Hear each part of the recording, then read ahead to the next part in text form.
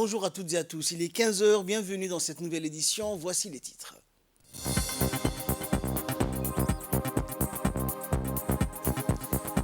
Mission de travail d'évaluation d'une forte délégation conduite par la ministre de la Ville et de l'Habitat sur la situation urbaine dans la région d'Ali Sabieh. Bonjour à tous.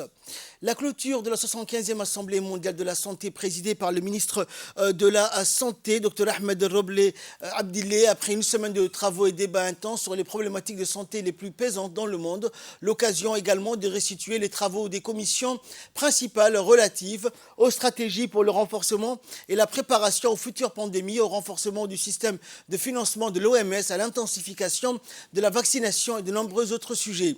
Le directeur général de l'OMS a invité donc à prendre la parole, a vivement remercié le ministre de la Santé pour son leadership et la capacité démontrée à diriger cette assemblée. Le ministre, Dr Ahmed Robleh, a ensuite été appelé à faire sa déclaration de clôture officielle de l'Assemblée mondiale de la santé. Il a adressé ses sincères remerciements au directeur général de l'OMS, au directeur régional de la région méditerranéenne orientale pour la confiance accordée à la République de Djibouti lors de cette assemblée, 75e assemblée générale. Il a affirmé que les échanges ont été intenses au sein de l'assemblée, mais que l'objectif a été atteint puisque les stratégies les plus importantes en faveur de l'amélioration de la santé mondiale ont été validées au cours de l'Assemblée. Le ministre a enfin rappelé que dans ce contexte actuel de menaces diverses, il n'y a pas de santé sans paix, ni de paix sans santé. Et le ministre de la Santé, Dr Ahmed Robleh, a souligné dans son intervention la progression mondiale dans la modification du règlement sanitaire international et dans le renforcement de l'architecture mondiale pour la préparation, la réponse et la résilience aux urgences sanitaires. On l'écoute. L'Assemblée mondiale de la santé touche à sa fin. J'aimerais saisir cette occasion pour faire une brève allocution. J'ai été honoré de servir en tant que président de cette Assemblée. Je suis immensément reconnaissant à notre directeur général, Dr Tedros, mais également à Dr Ahmed Al-Mandari, directeur régional de l'OMS pour la Méditerranée orientale, et à mes collègues également ministres de la Santé de la région pour leur confiance. Je suis également reconnaissant à chacun d'entre vous d'avoir confirmé mon élection et de m'avoir apporté un soutien et des encouragements considérables durant cette semaine. Nous nous réunissons à un moment charnière de l'histoire de la santé publique. Nous avons enduré plus de 2 ans et demi, la plus importante pandémie depuis cette décennie. Comme vous tous, j'espère que l'humanité pourra rapidement surmonter pleinement ces défis que lui impose la Covid-19.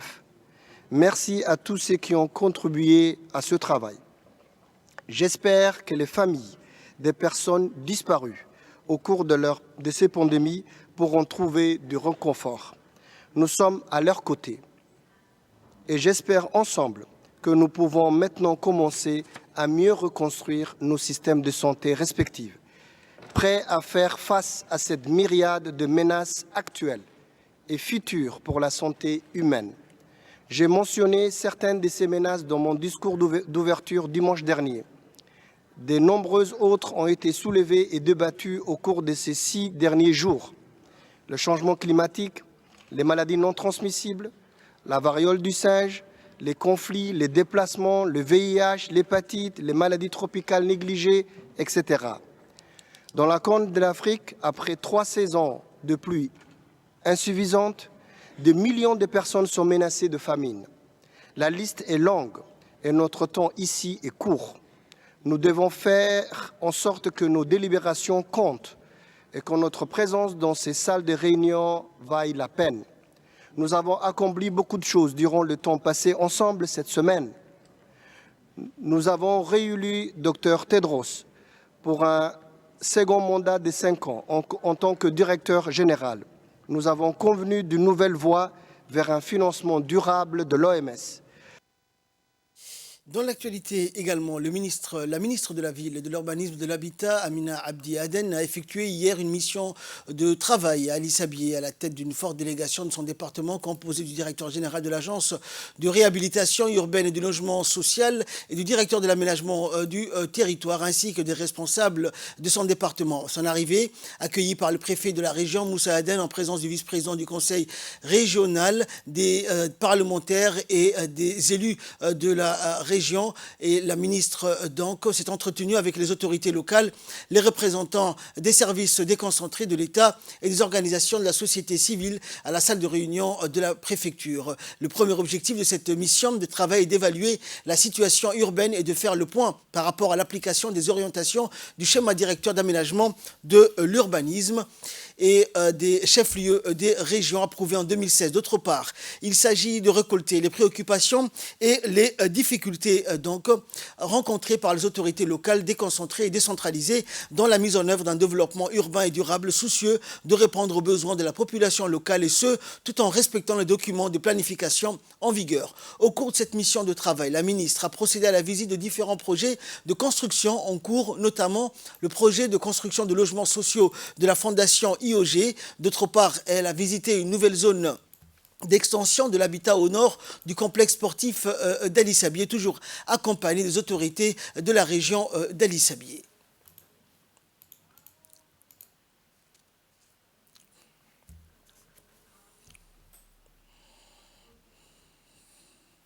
Et la mission conduite par la ministre a reçu un accueil ardent et enthousiaste de la part de la population Assadjouk venue massivement au siège du conseil régional.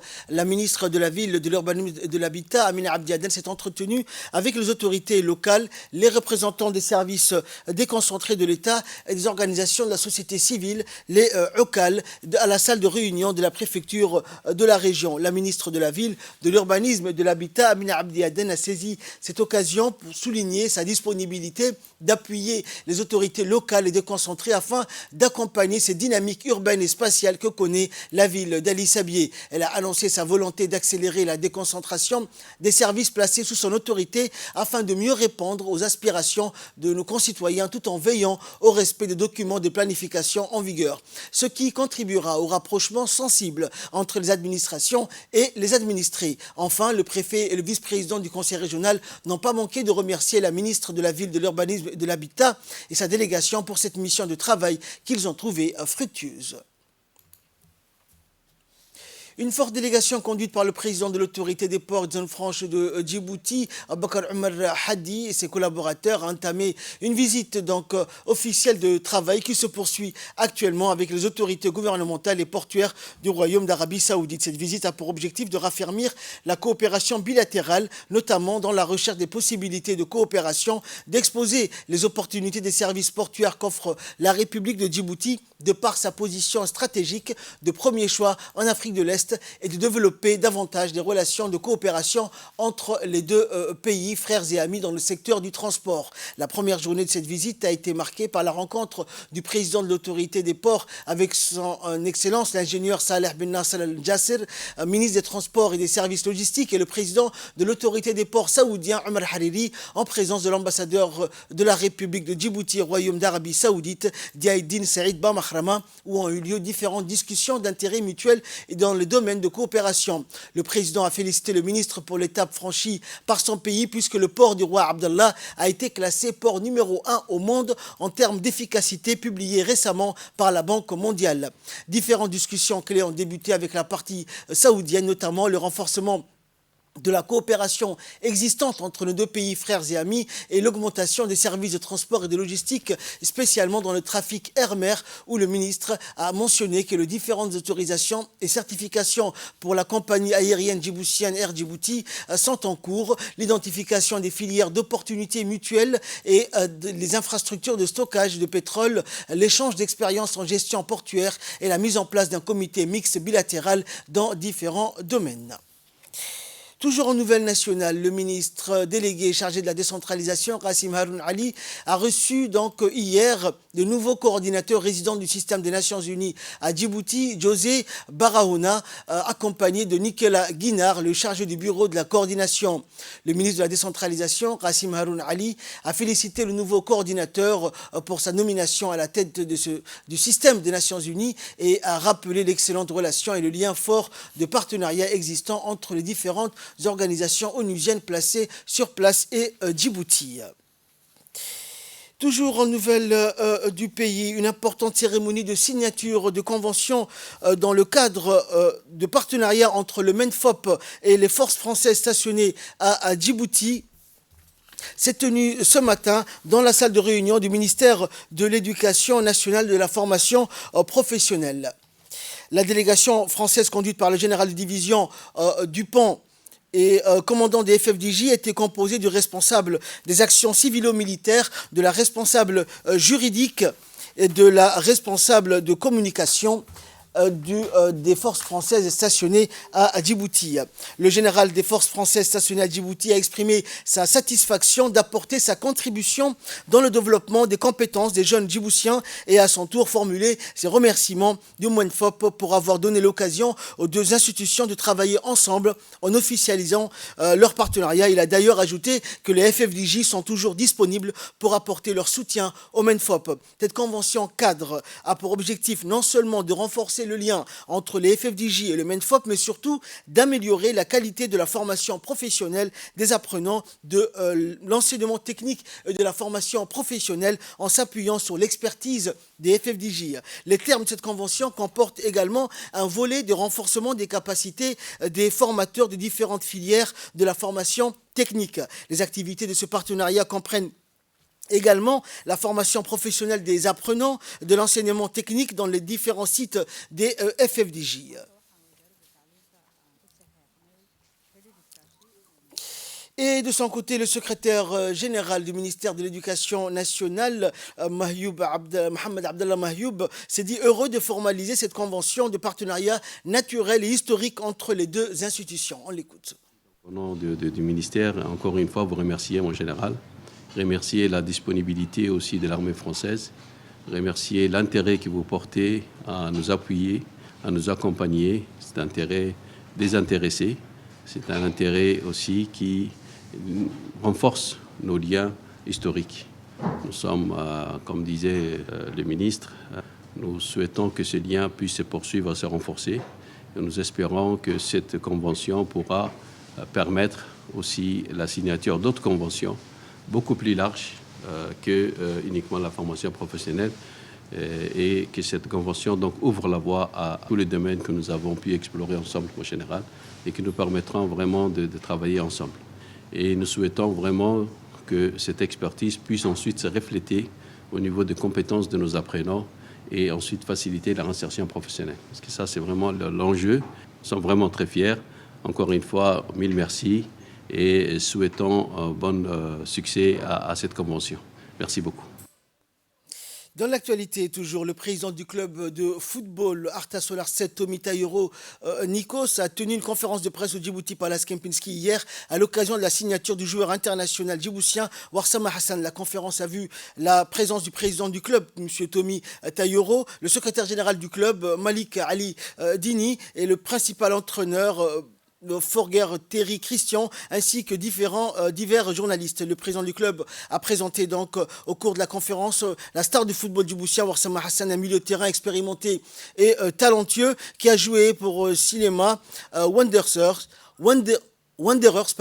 un club de première division maltais, et devenant ainsi le premier joueur de football djiboutien à jouer pour un club de première division en Europe. Le président du club a accueilli le joueur nouvellement signé au club et a exprimé son appréciation et sa gratitude, déclarant que le talent et l'expérience de Warsama Hassan auront un impact crucial dans la construction et le développement d'Arta Solar 7. Donc Hassan a fait ses débuts avec l'équipe nationale djiboutienne lors d'une victoire 2-1 contre Eswatini en match de qualification pour la Coupe du monde de la FIFA le 4 septembre 2019. Sous l'égide du secrétariat d'État au sport, l'association des sourds et malentendants en collaboration avec la société de gestion du terminal à conteneurs de Doralé a clôturé hier au complexe sportif Roi Fahad le tournoi de football pour les jeunes à besoins spéciaux. Avant le match, le programme a débuté par un défilé des équipes participant donc à la compétition. Et la finale a donc opposé l'équipe du quartier Cheikh Moussa à celle de Cheikh Ousmane. Une rencontre de tous les enjeux. C'est finalement l'équipe de Cheikh Ousmane qui soulèvera la coupe en s'imposant contre son adversaire du soir au tir au but 5-4.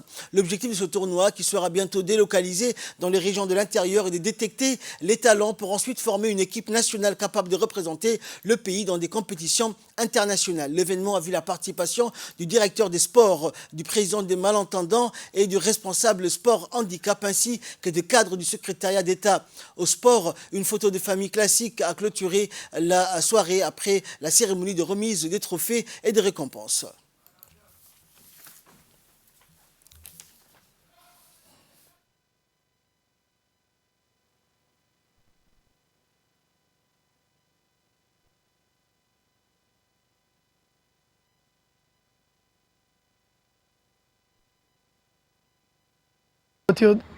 Du championnat des sourds et malentendants ce soir. Je suis heureux, je suis très heureux. Je suis très heureux et je vous souhaite une bonne et heureuse année. Et je vous souhaite aussi une très bonne continuation du championnat national de jeunes sourds et malentendants. Je remercie le ministre de la Jeunesse et des Sports, la société de gestion des terminales et des conteneurs de Doralé, les ANBH, et je vous souhaite de soyez le bienvenu. Et toujours en nouvelles du pays, la grande salle de conférence Al-Rahma de Balbala a abrité donc ce matin une première réunion de contact de la commune de Balbala. Un des notables de la commune donc s'est félicité de l'organisation de cette réunion de prise de contact et des difficultés rencontrées pour améliorer la propreté et a exhorté les Djiboutiens à préserver l'unité. Et ont participé à cette rencontre des membres des conseils de quartier de Balbala qui sont au nombre de 62, des députés de la commune mais aussi des notables, des femmes et des jeunes ayant été abordés l'opération zéro déchet décrétée par le maire de la capitale, mais aussi de la paix civile et de la concorde entre les Djiboutiens, ainsi que les missions qui attendent les élus de la commune de Balbala.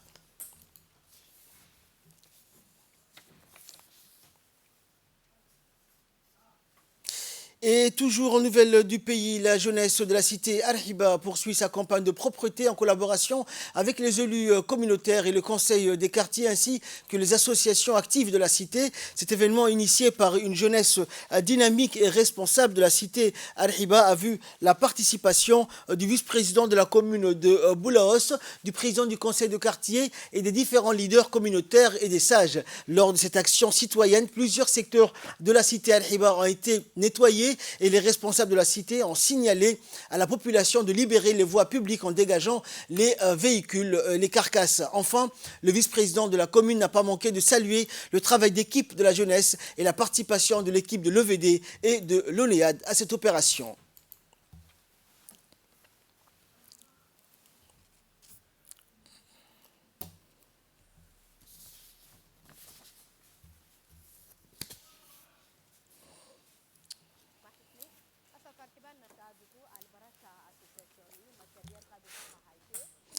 Et direction la région de Tadjoura, où des fortes pluies se sont abattues également ce week-end dans le nord de la région de Tadjoura. Ces précipitations ont touché la sous-préfecture de Adaïlou et la sous-préfecture de Dora.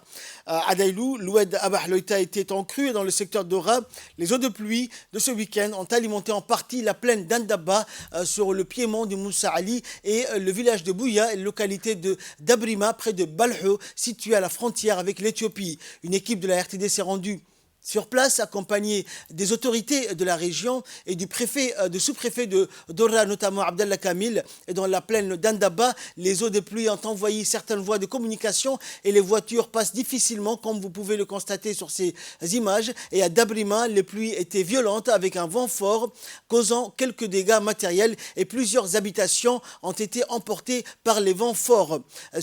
Donc les maisons traditionnelles ont été soufflées par la force du vent, laissant plusieurs familles familles donc nomades dans la précarité. Non seulement les maisons ont été emportées, mais les maigres provisions ont été également emportées et de nombreuses habitations n'ont plus de toit. À Adaïlou, l'Oued Abahloïta étant cru, le barrage d'épandage a rempli son rôle en retenant une quantité d'eau importante qui va alimenter le légendaire puits d'Adaïlou ainsi que les puits situés dans le lit de l'Oued.